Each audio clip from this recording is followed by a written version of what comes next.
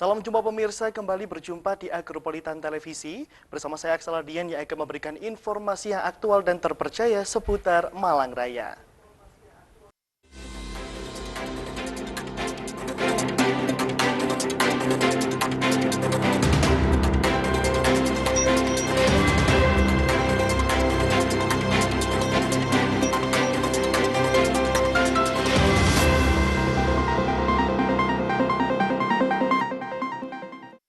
Pemirsa, mengawali Agropolitan News hari ini, berikut kami rangkum berita seputar Malang Raya dalam News 60 Detik.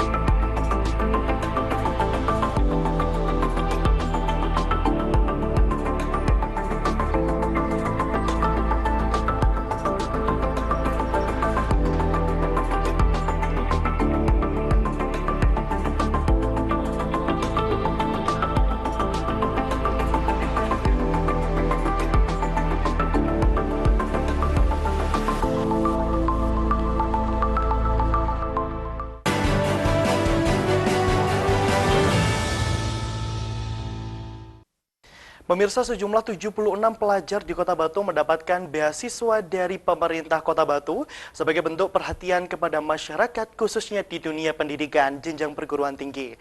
Secara rinci ada 38 mahasiswa berprestasi, 36 mahasiswa kurang mampu, dan 2 mahasiswa yang melanjutkan pendidikan ke luar negeri. Beasiswa tersebut diserahkan langsung oleh PJ Wali Kota Batu, Aris Agung Payawai di Geraha Pancasila Balai Kota Amongtani, Kota Batu.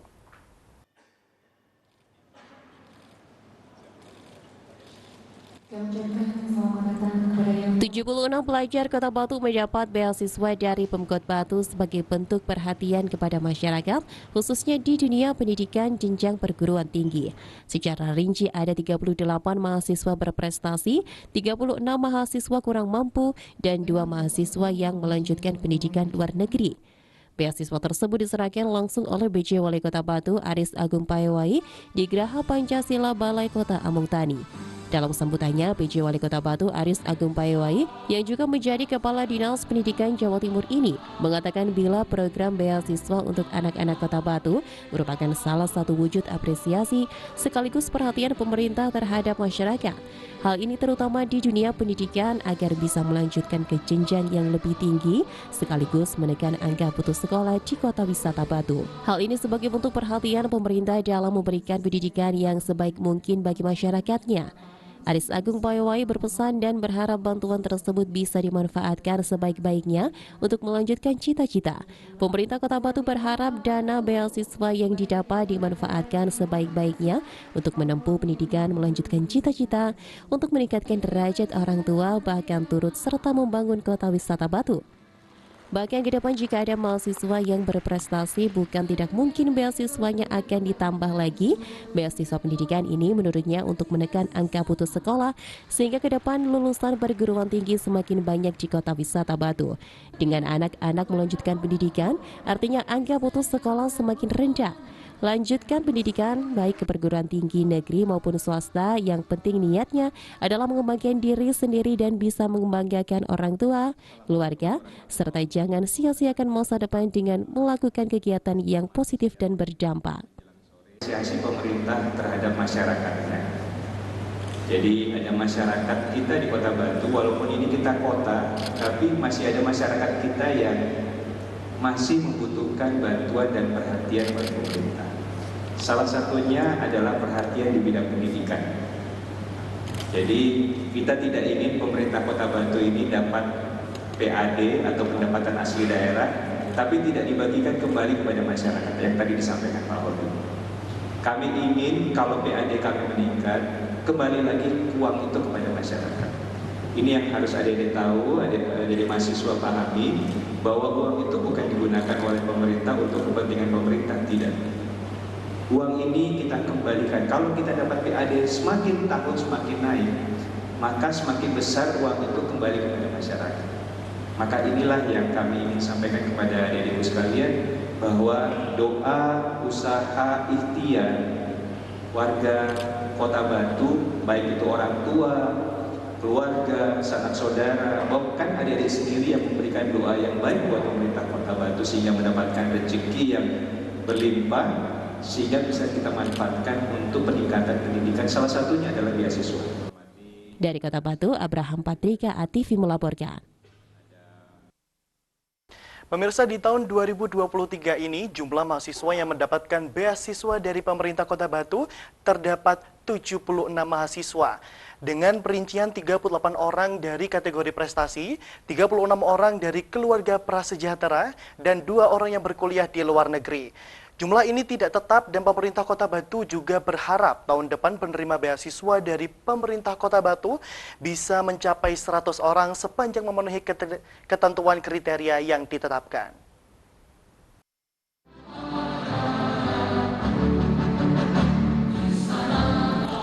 Untuk tahun 2023, jumlah mahasiswa yang mendapatkan beasiswa dari Pemkot Batu ada 76 orang. Dengan perincian 38 orang dari kategori prestasi, 36 orang dari keluarga prasejahtera, dan 2 orang yang berkuliah di luar negeri.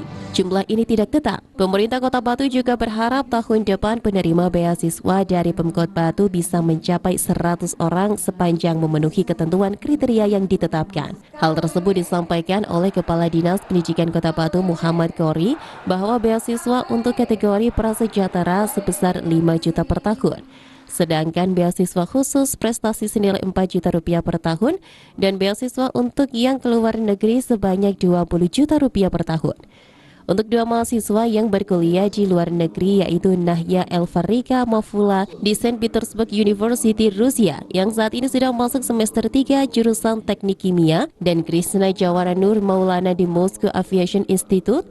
Dalam kesempatan ini, 2 orang penerima beasiswa yang berkuliah di luar negeri ini turut bergabung dengan sambungan Zoom meeting. Salah satu penerima beasiswa sebesar 20 juta rupiah, Nahya Elfarika Mafula, mengaku sejak memasuki jenjang sekolah menengah pertama, ia mempunyai cita-cita untuk bersekolah di luar negeri. Dalam sambutannya, dirinya merasa sangat terbantu dengan beasiswa Pemkot Batu dari 2022 hingga sekarang. Perjuangan di sini tidak mudah, apalagi waktu itu Rusia sedang ramai-ramainya perang dengan Ukraina, sehingga harga bahan makanan melonjak. Artinya kan ini seperti disampaikan oleh Pak PJ Wali Kota tadi, ini adalah bagian daripada upaya pemerintah untuk meningkatkan kualitas sumber daya manusia yang ada di Kota Batu. Terutama tadi yang memang prioritas adalah warga kurang mampu, yang memang itu diberikan supaya bisa melanjutkan ke jenjang pendidikan yang lebih tinggi. Termasuk juga warga-warga Batu yang berprestasi, yang memberi prestasi baik tingkat nasional maupun tingkat provinsi, itu juga akan diberikan beasiswa. Artinya kita menyesuaikan dengan kebutuhan dari masyarakat yang ada di Kota Batu. Seperti sepanjang kita mampu untuk membiayai, akan kita biayai. Berarti mungkin tahun depan bisa 100 orang gitu Pak? Bisa, nggak masalah. Sepanjang memenuhi ketentuan kriteria yang telah ditetapkan. Berarti ini sistemnya kalau yang keluar negeri itu seleksi atau gimana Pak? Kebetulan untuk yang luar negeri itu kan ada tim yang menilai dari dinas pendidikan, ya seperti itu. Pak, kalau anggarannya Pak, kalau misalnya di total, berarti yang 4 juta itu dikali 36 gitu ya? Ya. Terus 5 juta dikali 36. 5 juta kali 36, yang sisanya kan 34 tadi ya, yang 2 20 juta tadi. 2 20 juta. Ya gini kan Pak, 4 juta kali 36, 5 juta kali 36, 2 kali 20 juta ya? 74 totalnya. Total penerima beasiswanya Pak? 74. Iya, 74 ya Pak. 74 dari warga yang kurang mampu 36. Iya. 38 itu yang prestasi akademik. Iya. Yang 2 Yang 2 baru yang luar negeri. Ya. Berarti ini anggarannya dari apa Pak? Kenapa? Sumber dananya dari Ini yang kita anggarannya adalah berasal dari pajak masyarakat, dari PAD. Artinya pajak yang dibayarkan masyarakat kepada pemerintah Kota Batu itu kita kelola dan kita kembalikan lagi kepada masyarakat dalam bentuk pemberian beasiswa kepada masyarakat Kota Batu. pertemuan Pak. Dari Kota Batu, Abraham Patrika ATV melaporkan. Pemirsa, jangan beranjak dari tempat duduk Anda. Agropolita News akan kembali hadir usai jeda berikut. Tetap bersama kami.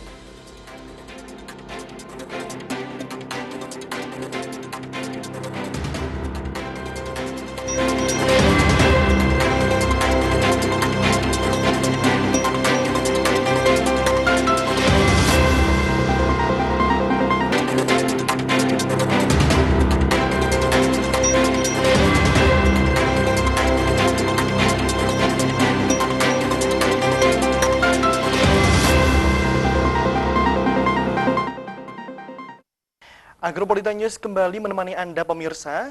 Beranjak informasi selanjutnya, pembunuhan sadis terjadi di Kota Malang, Jawa Timur. Seorang istri dibunuh dan dimutilasi suaminya menjadi beberapa bagian. Tersangka menyerahkan diri sementara jenazah korban diotopsi di Rumah Sakit Saiful Anwar, Malang.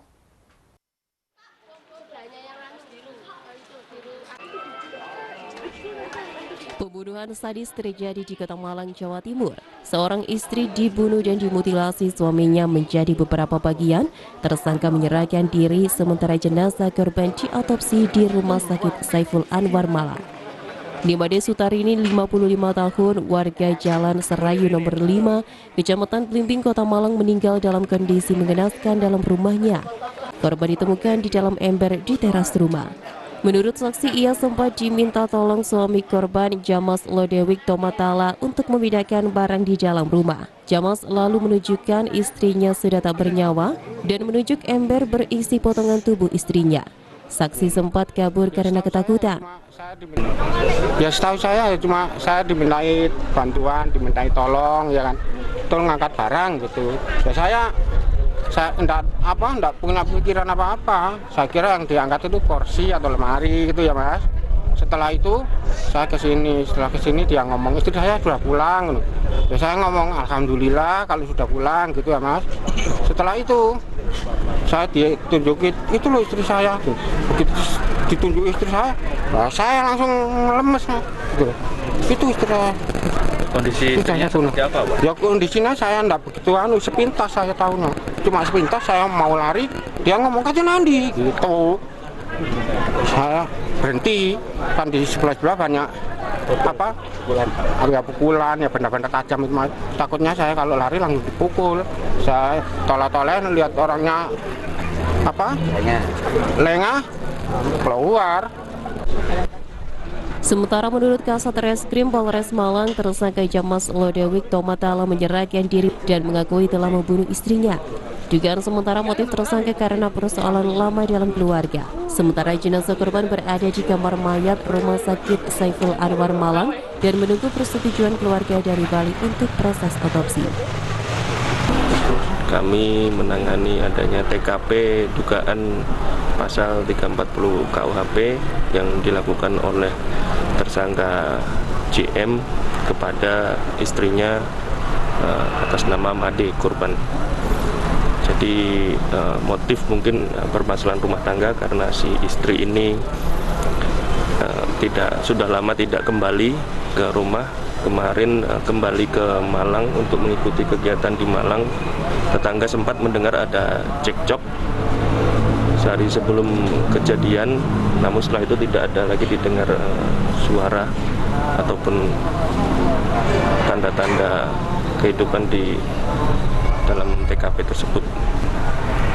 Kemudian korban ditemukan dalam kondisi terpotong menjadi beberapa bagian.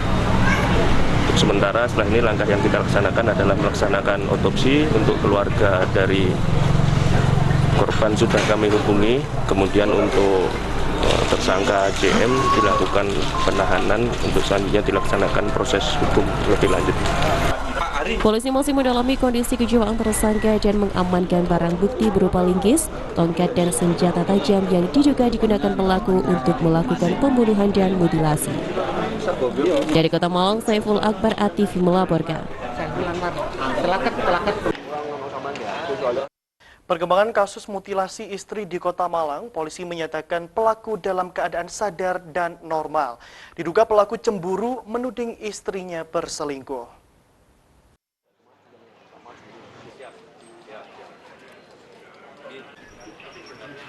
Berdasarkan keterangan dari Kanit Idik 4 Pitsus Polresta Kota Malang, pelaku James Lodewijk Tomatala sudah ditahan di Polresta Malang Kota Minggu siang.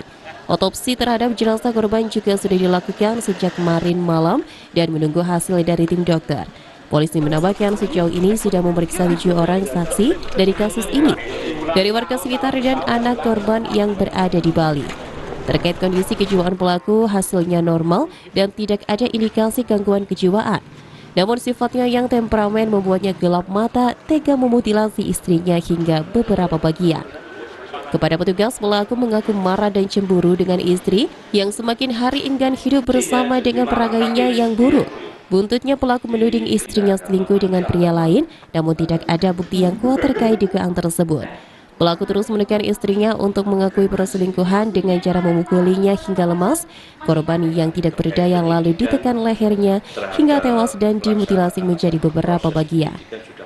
Untuk kejiwaan daripada tersangka yang diduga melakukan ini, saya kira normal saja ya. Dia karena melakukan hal itu karena emosi terhadap istrinya yang diduga ada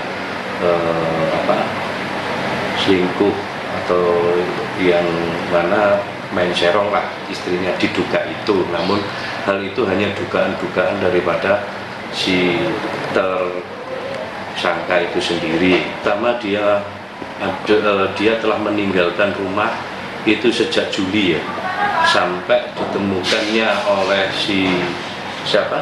si tersangka ini sendiri itu sudah kurang lebih 6 bulan 25 hari, kurang lebih itu sudah meninggalkan rumah dia, si istri ini. Kenapa dia meninggalkan rumah ini? Karena menurut keterangan daripada anaknya itu sudah tidak kuat dengan perlakuan selama hidup bersama dengan si tersangka ini. Di TKB itu akhirnya diajak pulang ke rumah, dan di perjalanan itu si istri ini dituanya terus dan disuruh mengaku oleh si terduga tersangka ini, disuruh mengaku. Kemudian sampai di rumah belum sempat masuk di ruang tamu, masih di terasan itu. Nah, disitulah tetap dia melakukan interogasi terhadap istrinya itu, tapi istrinya tidak mau menjawab hal itu. Akhirnya itu yang menyulut emosi daripada tersangka untuk melakukan tindakan itu. Atas perbuatannya, pelaku diancam pasal pembunuhan berencana dengan hukuman 20 tahun penjara. Dari Kota Malang, Saiful Akbar, ATV melaporkan. Pemirsa, informasi lainnya akan kami hadirkan usai jeda, tetap bersama kami.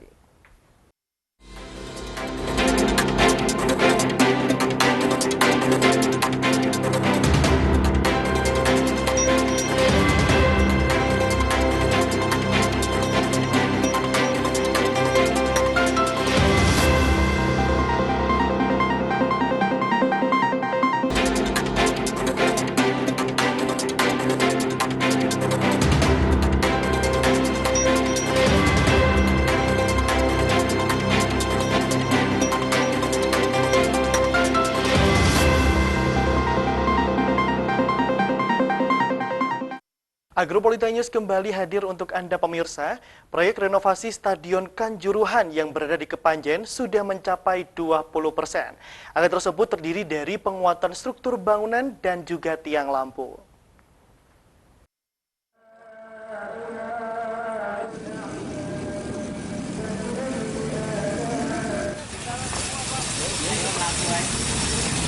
Pengerjaan renovasi Stadion Kanjuruhan terus dikebut PT Waskita Karya selaku pelaksana proyek. Renovasi yang ditargetkan rampung pada akhir 2024 terus dipercepat, baik siang maupun malam hari. Hingga akhir tahun 2023, pengerjaan stadion sudah mulai berjalan 20% yang terdiri dari penguatan struktur dan tiang lampu. Project Manager Renovasi Stadion Kanjuruhan dari PT Waskita Karya, Vino Teguh Pramudia mengatakan, progres renovasi fisik sudah mencapai 20% yang terdiri dari penguatan struktur bangunan. Sementara untuk tinggi tiang lampu stadion rencananya akan ditambah menjadi 40 meter dari awalnya 20 meter dan ditempatkan di area luar stadion. Menurut Vino, dari renovasi yang sudah dikerjakan, 90% untuk perkuatan struktur, penambahan micropills untuk struktur bawah, penebalan pil cap, penebalan kolom, juga material on-site seperti scoring board dan lampu.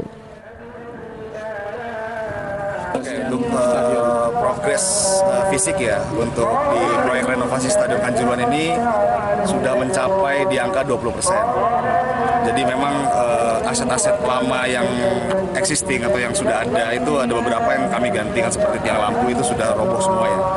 Sudah kami turunkan, terus kita mulai ganti tiang-tiang baru di area luar, nggak di area dalam lagi, karena untuk memenuhi sertifikat layak fungsi ya.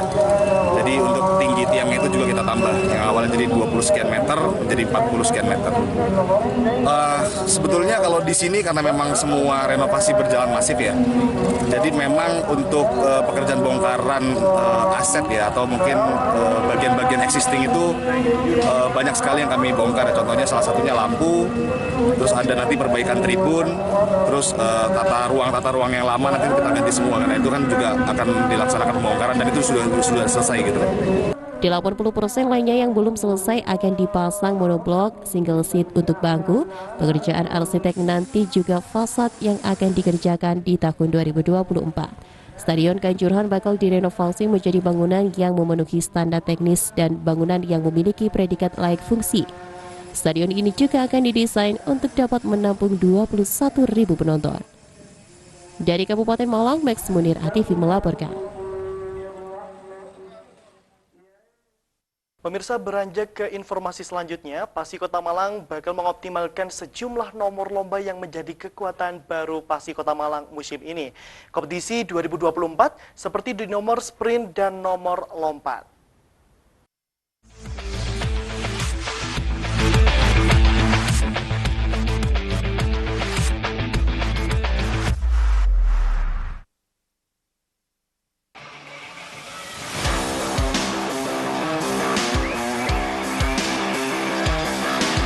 Dalam event Piala DPRD, Kota Malang mempertandingkan sprint 100-200 meter, lompat jauh dan lari jarak jauh 1.000 dan 3.000 meter, serta tolak peluru, diikuti oleh seluruh pelajar sekota Malang dari SD hingga SMA.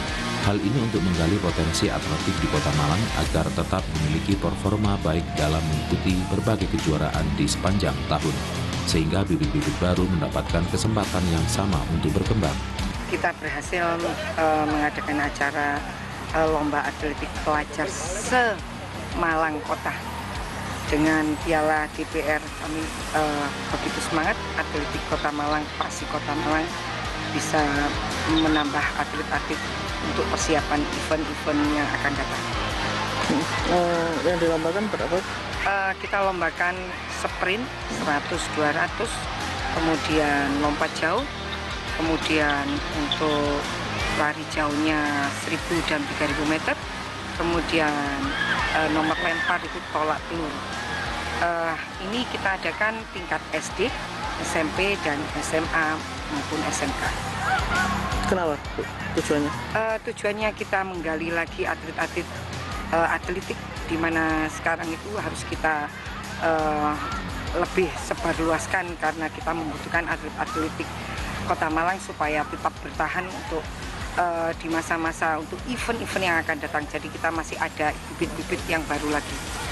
Diharapkan agar para atlet bisa memiliki pengalaman dan kompetisi dalam berbagai kejuaraan, salah satunya untuk persiapan Forprov 2025 mendatang di Malang Raya. Dari Kota Malang, Dion Arista, News Sport ATV melaporkan.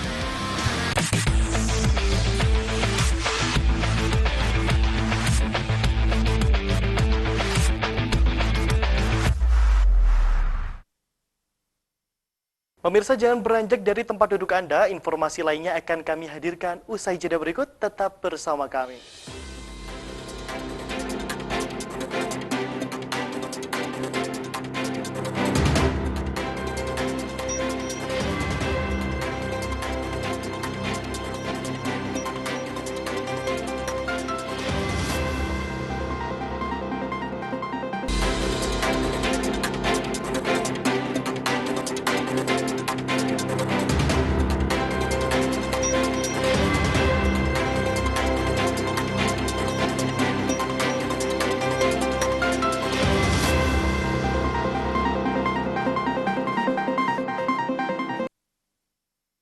Pemirsa, Agropolitan News kembali hadir menemani Anda.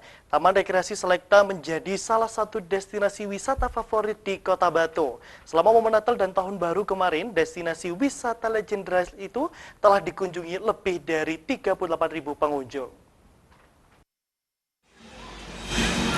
Taman Rekreasi Selekta menjadi salah satu destinasi wisata favorit di Kota Batu. Selama momen Natal dan Tahun Baru 2023, destinasi wisata legendaris tersebut juga mulai berkemas guna menyambut wisatawan. Situasi ini jauh berbeda jika dibandingkan saat pandemi COVID-19 2 tahun yang lalu. Kini, sejumlah tempat wisata bisa kembali beraktivitas menyambut para wisatawan. Pada tahun 2023 ini saja, kunjungan wisata ke Kota Batu sudah menyentuh angka 8,5 juta dari target 10 juta wisatawan. Selekta sebagai destinasi wisata legendaris di Kota Batu ternyata juga punya andil besar dalam target wisata tersebut. Berdasarkan data, kunjungan wisata di Selekta pada tahun 2023 per 24 Desember 2023 sudah mencapai 676.000 dari target 750.000 wisatawan. Direktur Taman Rekreasi Selekta Pramono mengatakan, optimistis target kunjungan wisatanya bisa tercapai. Ini mengingat tren kunjungan wisata di akhir tahun memang selalu melonjak di luar ekspektasi. Pramono memprediksi lonjakan wisata biasanya terjadi pada 10 hari terakhir di bulan Desember. Per 24 Oktober 2023 saja kunjungan wisatawan di akhir pekan menembus 6.000 hingga 7.000 wisatawan. Maka dari itu pihaknya optimistis target tersebut bisa terrealisasi kalau target di bulan terakhir ini bisa menyentuh angka 78.000 wisatawan. Untuk bulan Desember sampai hari kemarin itu sudah di angka 36.000. Target kita untuk bulan Desember saja ini paling tidak itu menyamai jumlah pengunjung bulan Desember di tahun lalu, yaitu di angka 78.000. Mudah-mudahan ini bisa tercapai. Pak, per harinya berapa, Pak? Untuk mulai musim liburan ini, jadi di weekday-nya itu alhamdulillah sudah di angka di atas 2.000 rata-rata untuk weekday-nya. Kecuali hari Sabtunya ya, Sabtunya bisa mencapai 2.500 sampai 3.000. Sedangkan untuk di hari minggu kemarin alhamdulillah sudah di angka di atas 5.000, hampir 6.000. Pramono menambahkan jika berbagai upaya telah dilakukan untuk menggait wisatawan, terbaru Selekta telah memiliki wajah baru di pintu masuk di mana mereka melakukan perluasan akuarium dan bukit lumut. Selekta menamakannya akuarium karena nantinya akan diisi berbagai macam jenis ikan koi. Selain itu, Selekta juga memberlakukan promo tiket buy 25 tiket free 1 tiket. Harga tiket Rp50.000 per tiketnya. Berbagai wahana seperti biang lala, skybike, hingga taman bunga bisa juga dinikmati dengan harga terjangkau. Dari Kota Batu, Vicky ATV melaporkan. Pemirsa, roller coaster salah satu permainan terfavorit yang berada di wahana permainan. Pengunjung diajak memacu adrenalin melintasi jalur naik turun dengan kecepatan tinggi di atas ketinggian ratusan meter. Roller coaster memiliki 8 jenis antara lain sit down, stand up, inverted, suspended, pipeline, popless, flying, dan wing dan sejenis lainnya.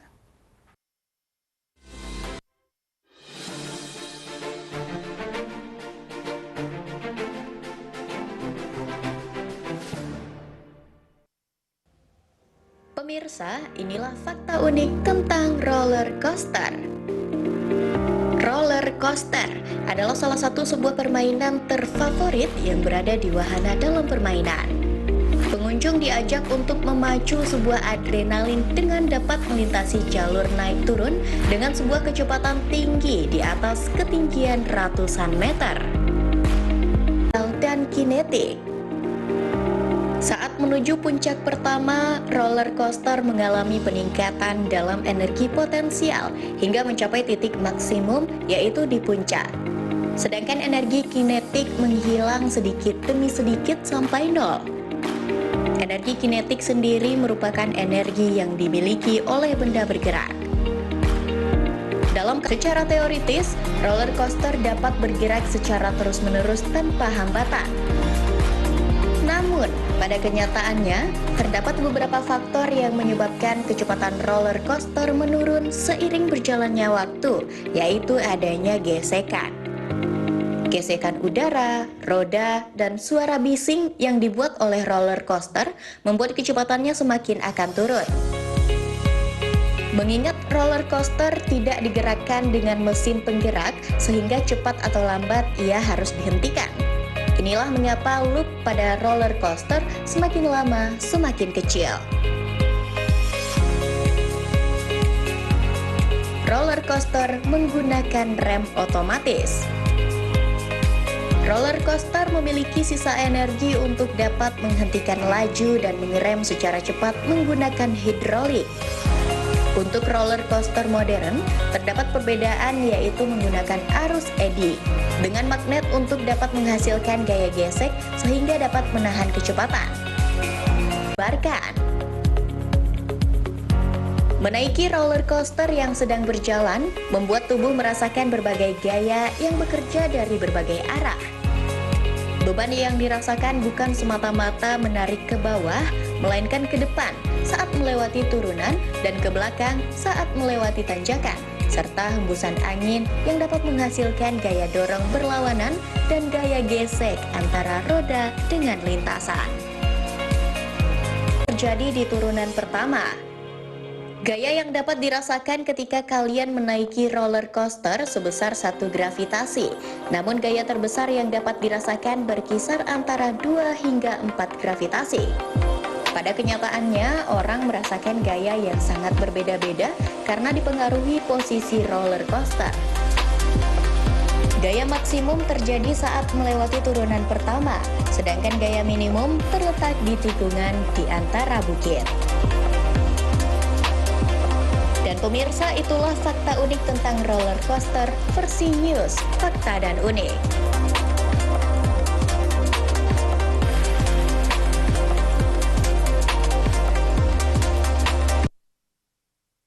Dan pemirsa, berikut merupakan perakiraan cuaca untuk Rabu 3 Januari 2024 untuk wilayah Malang Raya.